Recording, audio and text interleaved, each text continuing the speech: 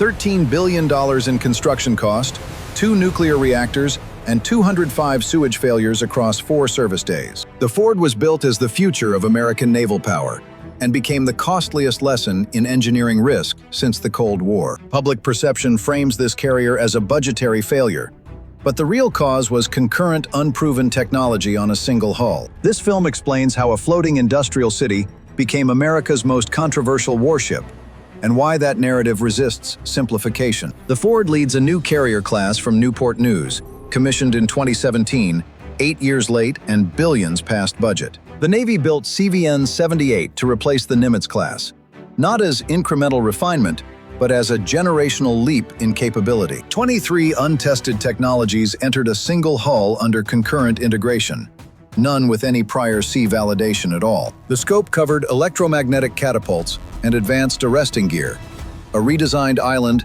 and a new nuclear reactor design. Procurement doctrine restricts new systems to 3 per platform, and the Ford exceeded that threshold by an order of magnitude. The result was a carrier revolutionary on paper, yet unable for years to launch and recover aircraft at any required combat standards. The flight deck stood complete while catapults and arresting gear remained non-functional, leaving the carrier's combat nervous system dead. The Ford deployed in 2023, 6 years past commissioning, the longest carrier readiness gap since the Cold War era. That delay represented structural consequence rather than waste.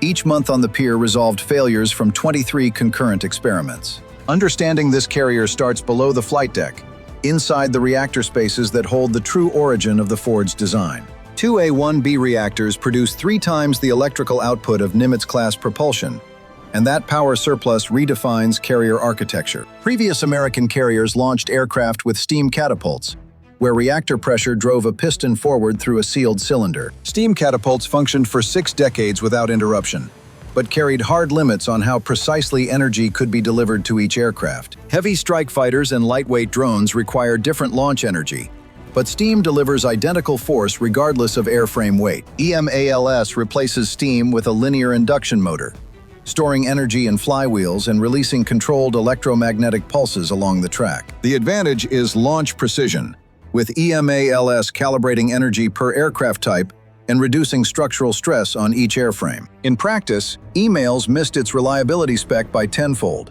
producing 1 critical malfunction per 400 launches. That tenfold miss from contract requirements exposed an immature system, proving electromagnetic launch was not ready for the fleet. Advanced arresting gear carried the same ambition and problems, replacing hydraulic recovery with a water turbine and electric motor. AAG was engineered to absorb landing energy across a wider weight spectrum, while reducing maintenance burden per landing. Instead, the arresting gear became a critical subsystem failure, with qualification failures delaying the entire carrier program by months. 11 electromagnetic elevators were built to move ordnance from hull magazines to flight deck, and at commissioning, not a single one was ready.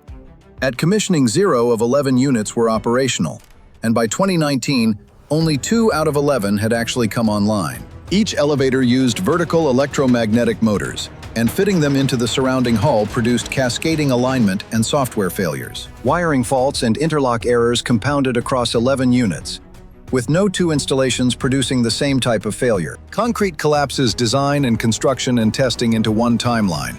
And when that fails, the problems compound rather than sort themselves out in order. To understand the systems reshaping naval warfare, subscribe and follow as we examine 1 platform per documentary episode. The original estimate for CVN-78 was $10.5 billion, already a record-breaking number for any military procurement program. Independent assessments place total spending near $17.5 billion, including research and government equipment beyond construction. $17.5 billion equals the entire defense budget of the Netherlands, packed inside a single American warship hull. The cost spike came not from fraud or corruption, but from a procurement model that funded construction before the tech was ready. Console means building while designing and fixing while testing, turning every fix into a rebuild that compounds the cost. The GAO flagged concurrency risk back in 2008, but fleet replacement pressure overrode caution, and the build went ahead anyway. Beneath the combat systems sat a vacuum waste network, the same principle as an airplane toilet scaled up for thousands of sailors. The real story is not the catapults or elevators, It is a warship that cannot process its own sanitation waste on a routine deployment at sea. The vacuum system recorded 205 failures in 4 days, including backups and complete shutdowns during the ship's habitability test. Crew called the protocol CHT hits, acid flushes of collection and transfer tanks that required special equipment and trained crews. Each flush ran near $400,000, driven by equipment and downtime, not by the chemicals used in the process. A $13 billion warship with electromagnetic catapults and nuclear propulsion stopped not by the enemy, but by plumbing under normal load. The Ford paradox emerged as advanced combat systems reached maturity, while basic plumbing below them failed under real load. That contradiction raised an old question: whether revolution on one hull justifies the massive premium over steady proven upgrades. In May 2023, the Ford departed on her first deployment, 6 years after commissioning on a scheduled Mediterranean rotation.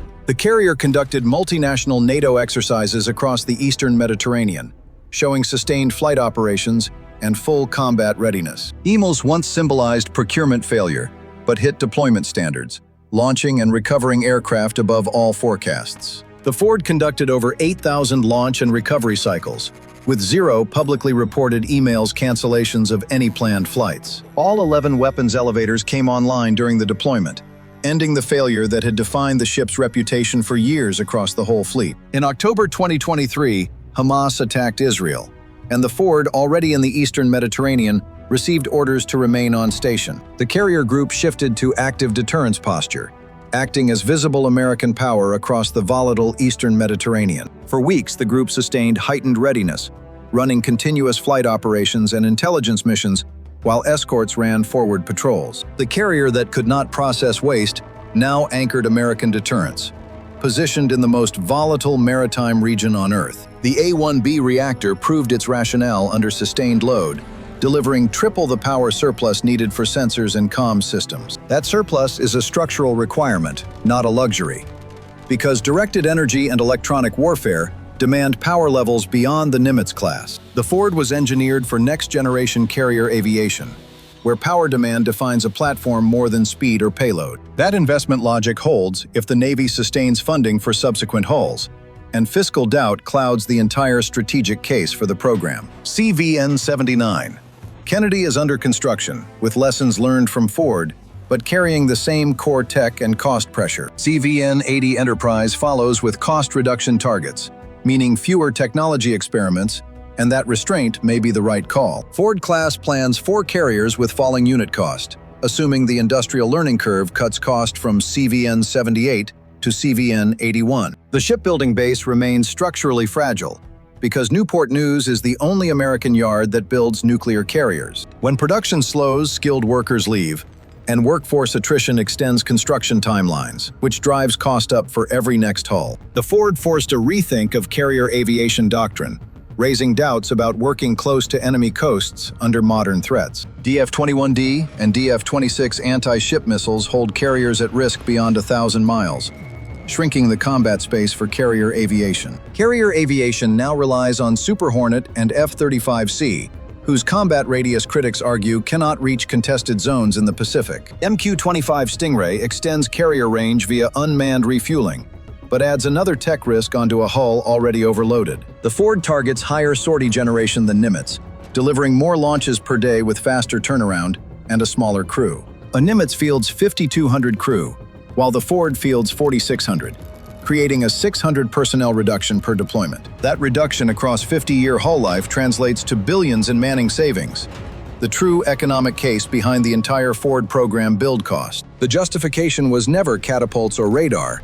It was crew reduction and sustainment math over 5 full decades of ownership. Whether that logic holds depends on subsequent budgets, and whether carriers survive the convergence of hypersonic threats and autonomous swarms. Projected lifecycle expenditure for 4 Ford hulls exceeds $100 billion, surpassing the GDP of half the planet's sovereign nations. The carrier functions, and the question was never performance, but whether achieving it justified the premium over proven alternatives. The Ford does not sail alone, and Aegis aboard her escorts may define naval power more than the carrier itself in modern naval warfare.